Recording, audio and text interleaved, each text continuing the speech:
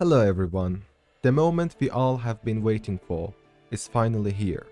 CDPR dropped the cinematic trailer for The Witcher 4 on Game Awards, and I'm here to break it down and get as much juice as I can out of it. This is going to be more of a technical review, and with that said, let's begin. First, I want to point out the atmosphere of the trailer is so witchery. I like it. It's authentic and continues the overall Witcher feel that we always loved. It starts with a girl who is getting ready to sacrifice herself, but I'll talk about her later in a bit. First, let's address the elephant in the room, Ciri. She's the protagonist, so no more speculations and wild ideas. Personally, I believe she always was the natural choice. She was one of the main characters in the books, and after the second book, I believe she kinda became the main character. As the story was focused on her, everyone was trying to get her for their own plans and benefits. The promised child of elder blood, destined for great powers and the hope of human and elves alike. Also in The Witcher 3, we got to play as her on some occasions, which indicated her inevitable ascent to the main role in the upcoming Witcher game. However, some fans already state that they won't try the game just because they don't like Ciri as the main character, or the fact that it's against the lore. I'm personally okay with Ciri. As I said, she was built up to be the protagonist all along, but everyone is entitled to their own opinion. If someone doesn't like it, it's okay. I just hope a great gameplay and storytelling unites the fans again. But for that, we have to wait for the launch and watch reviews before the general release. Anyways, some also point out that Ciri is not really a Witcher, as she never went through the Trial of Grasses. Also, the fact that she is a female and we never had a female Witcher ever. I don't know how CDPR is going to do it, but there are some peculiar things I want to point out. First, as we all know, Ciri was trained as a Witcher in Kaer Morhen, and also was given some Witcher mushrooms. Although it's nothing compared to Trial of Grasses, but at least she was no stranger to Witcher ways. Also in the books, when they were at Brokilon, the forest where Geralt and Ciri first met, Ciri drinks from water of Brokilon. What's the significance of that? Well, water of Brokilon, or waters of oblivion, is a psychotropic, mutagen-containing substance which can turn human girls into dryads, and also erases their memory. If applied early enough, they are fully transformed, so Ciri drinks it and nothing happens to her. She only blushes a bit, which makes Geralt think it wasn't the real water, so he tries it himself, after which he hallucinates and passes out. So in short, Geralt couldn't take it, but it was nothing to Ciri. Now, this does not mean that Ciri has a higher tolerance and can drink any Witcher potion easily, but at least it indicates Ciri's capabilities in taking strong potions, and CDPR could build out of this. Take it with grain of salt, as it's only a speculation, but alas, an interesting point. Let's talk about what Ciri as the protagonist means for The Witcher Wild Hunt, specifically its ending. There are 3 endings, one where Ciri becomes the Empress, another where she possibly dies, and one where she becomes a Witcher. So apparently CDPR took Ciri becoming a Witcher as the canon and intended ending. And let's be honest, it was the one that Geralt was most happy about, so for Geralt's sake, let's take it. Jokes aside, if it's the case, some fans would rightfully be mad, but again, let's see how CDPR does it. Now, with that out of the way, let's get back to the trailer, to this shot of Ciri sharpening her sword. This is very similar and in my opinion is Zirel, the sword Geralt gifted her. Now, there are some differences like the curves, but that could be a design choice or Ciri perhaps upgraded it. Anyways, Geralt paid a fortune for that sword, so Ciri better keep it.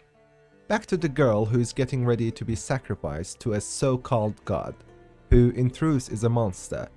We saw this theme throughout The Witcher 3, where a monster is so strong that people cannot fight it. So in order to survive, they make a deal with simple conditions. the monster will not attack or harm them, and in return, they will bring offerings to it. These offerings vary from meat, food, gold, and in some cases like this, human sacrifices. We can see that people are sad, especially the father of the girl. The gloomy faces of people shows that it is something they don't want to do, but they have to, which could indicate they know their god is a monster in nature. But this guy, unlike others, seems eager to sacrifice the girl. He talks about the gods and the tradition. What's he hiding? What's his angle? I guess we'll know when we play the game. The girl herself, although obviously sad and stressed, is ready to sacrifice herself for the sake of her people. Then here, Ciri and her cat eyes are revealed. So let's talk about that. To my knowledge, and correct me if I'm wrong, this is against the established lore in 3 ways. 1, we never had a female witcher, and 2nd, Ciri was too old to go through the trial of grasses. The trial happens sometimes before the age of puberty, when the bodies of young boys has not gone through changes and is ready to reform. And even then, most of them die. But for an adult, it's a death sentence. And 3rd, the secret of making witchers was lost. True, they had mutagens and equipment, or at least some of them, but they need a mage who knows the secret, and all of them died in the attack. So even if we say females and adults could turn into witchers, that wouldn't mean much, cause there is no way to make any new witcher. I see some people suggest a School of Griffin could still make witchers, but don't you think if that was true, somewhere between thousands of pages of Witcher books or many hours of Witcher games, someone would at least mention it once? They always say new witchers can't be made, not that School of the Wolf can't and others can. Besides, Vesemir always had this intention to continue the Witcher ways. Don't you think he would pay the School of Griffin a visit? Assuming Ciri, after the events of Witcher 3, has gone through the Trial of Grasses, based on the lore we know she shouldn't even be alive, not just because of her gender but also her age. However, CDPR stated that we will see her journey of becoming Witcher, so obviously they're not gonna just say yes, she's a Witcher now, deal with it. They are gonna provide an explanation, and I guess they're gonna play around the fact that she has elder blood. But whether their explanation is coherent with the lore or they're gonna create something new remains to be seen.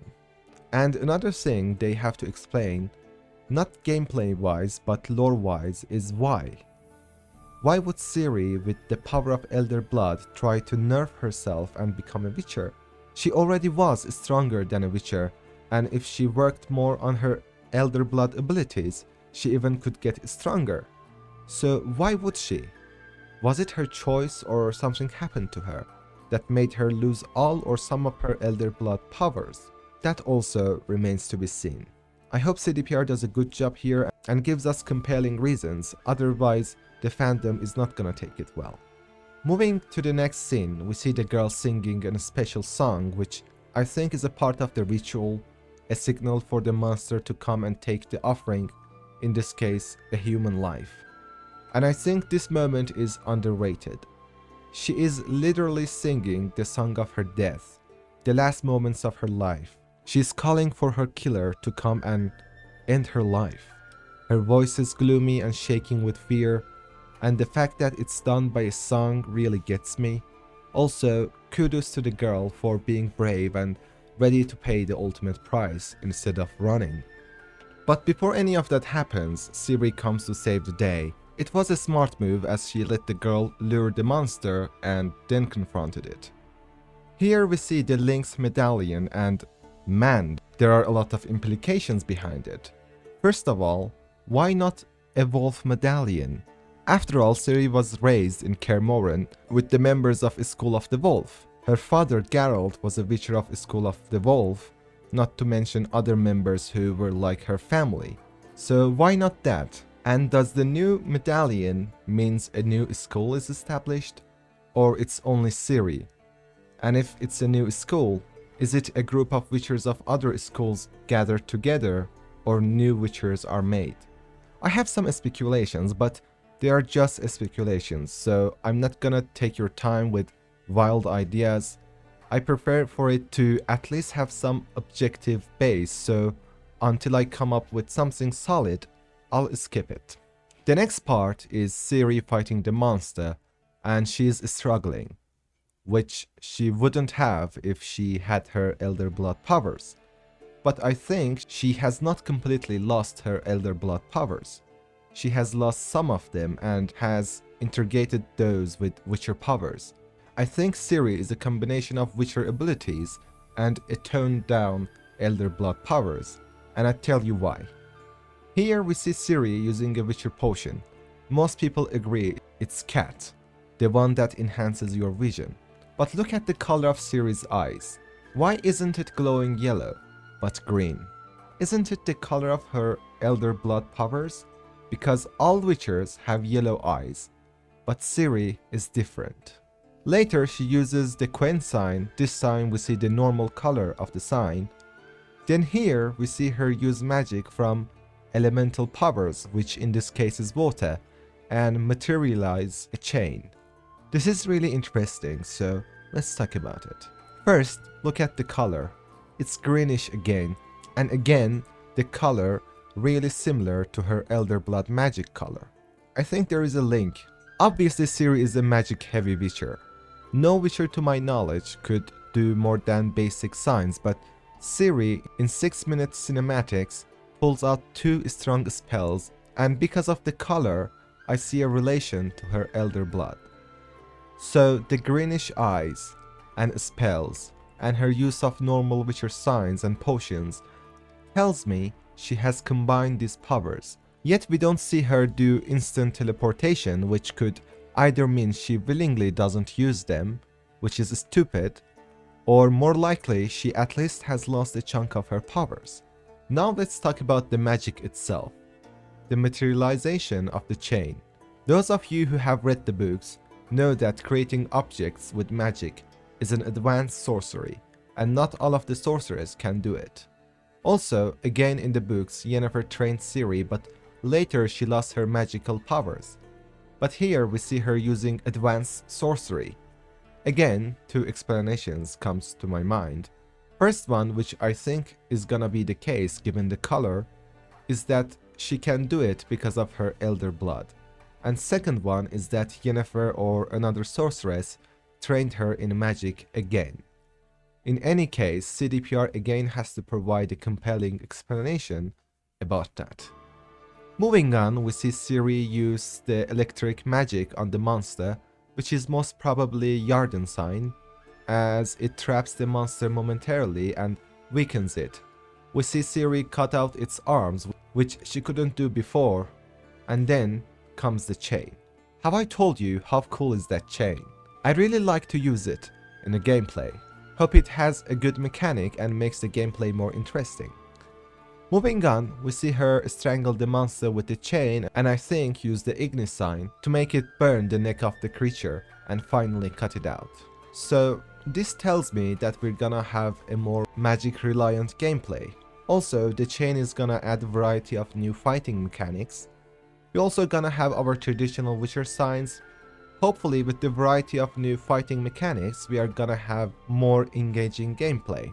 Showcasing Ciri's magical powers more than her sword fighting makes me think she is not going to be as good with swords as Geralt was, but makes up for that with her magic. And at the end of the trailer, we see that villagers have killed the poor girl. That smells of Witcher World to me. No happy endings. That was my thoughts on the Witcher 4 trailer, yet there are more things we need to know. Geralt is most probably part of the game, but what about the other characters like Zoltan, Dandelion, Yennefer, Triss, and many more beloved characters? I'm actually hopeful we're gonna have them in the games, as the main character is Ciri and she knows them all. Besides, fans would love to see some of the established characters in the game. And here, this video comes to an end. I hope you enjoyed it. I'd post new ones as soon as I find more details or something new comes up, so please like and subscribe to help the channel grow and stay up to date on everything Witcher.